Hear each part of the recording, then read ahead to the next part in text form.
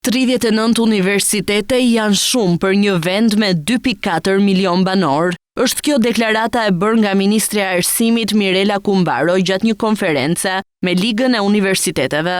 Pasi dëgjoi kërkesat e përfaqësuesve nga universitetet private, Kumbaro vuri theksin tek standardizimi dhe ndërkombëtarizimi.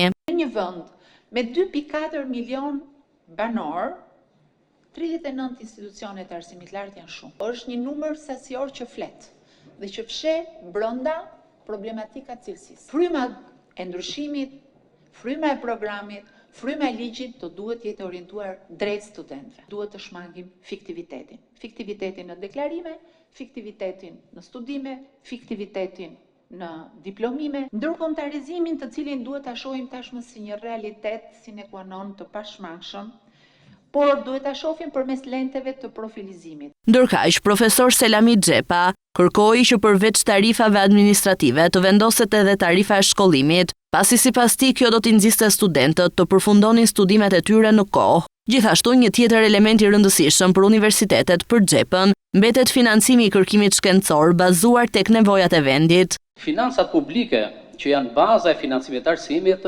asnjëherë nuk janë të mjaftueshme. Në qoftë se një student ka filluar dhe nuk plotëson kreditet e nevojshme që të kalojë në sistemin më lart, atëherë ai le të kalojë me sistemin e tarifor. Në qoftë se ne nuk e vëmë kërkimin shkencor në funksion të industrisë, mendoj që do të shkruajmë artikuj për revista nga Pakistani, por nuk do të shkruajmë dot për çështje të cilat i interesojnë zhvillimit ekonomik dhe shoqëror të vendit tonë.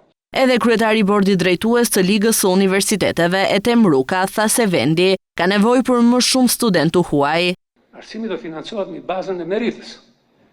Ke produkt, ke performancë, do t'jap më shumë. Nuk e duke vdekur, pse do t'jap që t'ia zhoj lekët kot? Ka probleme të tjera të rëndësishme që kanë të bëjnë me rritjen e standardeve dhe parafrimin me Bashkimin Evropian.